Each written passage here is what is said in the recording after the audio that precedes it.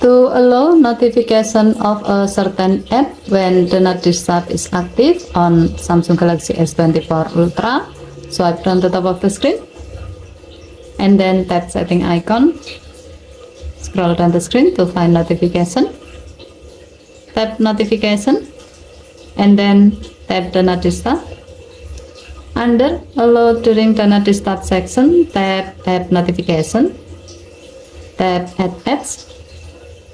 And then select the desired app you like to allow its notification. As the example, we will select Yahoo Mail. To find the apps quickly, you can tap the search icon at the top of the screen and then type the app name. Select the app and then tap done button.